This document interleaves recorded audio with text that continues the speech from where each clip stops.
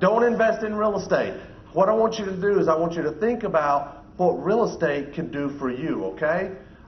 So many people, maybe they have a little bit of money, maybe $20,000, maybe 50, maybe 100 or 1,000 or more, okay?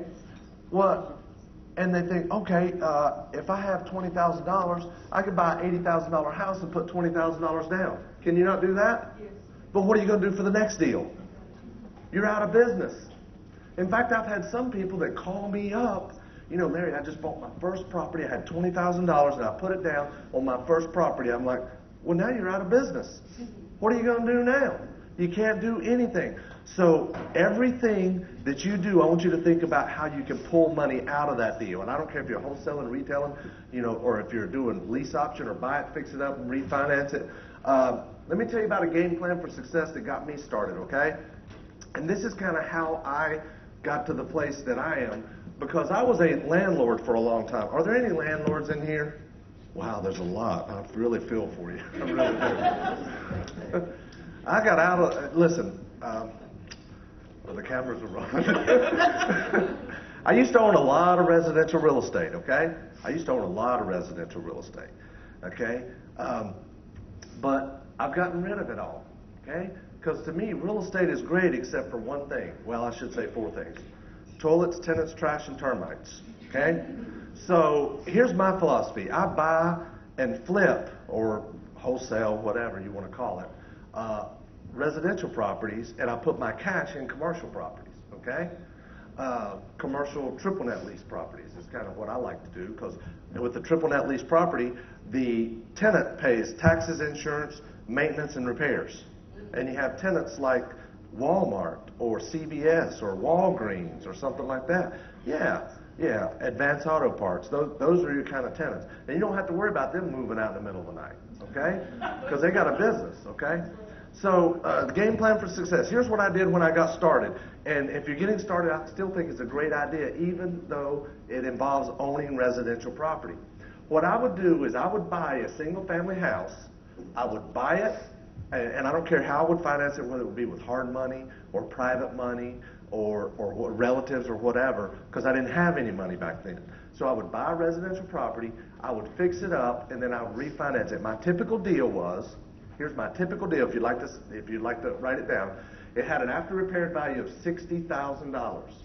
Now, if you live in California, just add another zero, okay? Just add another zero. It's all relative, People in California live where the prices look like phone numbers. Foreign phone numbers.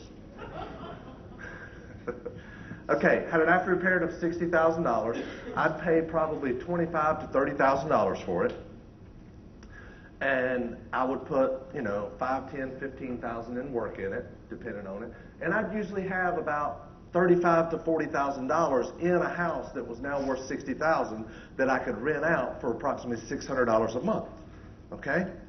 So now I've got a house worth $60,000. Let's say I owe $40,000 on it. Okay? Let's say I owe $40,000 on it. And then I would go in and I would get a loan, an 80% loan. What's 80% of $60,000? $48,000. I'd get a $48,000 loan, and then I would pay off however I funded the $48,000 to fix it up and all that, and to buy the property.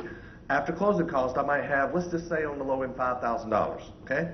I'd have $5,000 left over and above what I had in the property, and I could rent it out for $600 a month. Now, a payment on $48,000.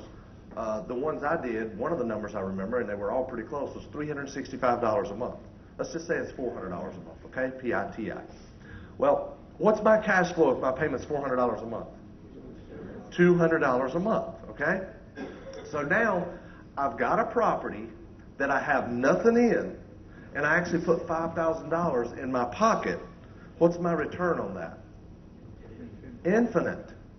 Infinite. You can't even calculate it because I got nothing in it. I actually got paid to buy that property. So I want you to think about, okay, especially if you're starting out and you still have consumer debt. In other words, you still have a mortgage on your house and you still have consumer debt.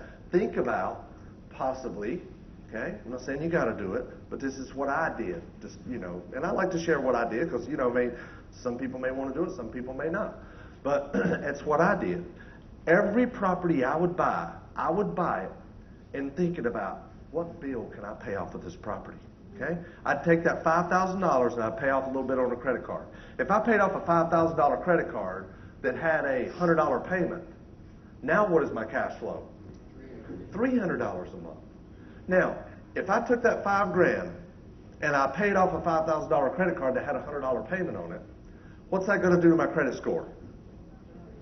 What's that going to do to my liabilities? What's it going to do to my equities and assets? Go. See, my assets increased, my equity increased, my liabilities decreased, and my credit score went up. Is that right? Yes. Yeah. So I'm using other people to pay off my consumer debt. My tenants were paying my consumer debt.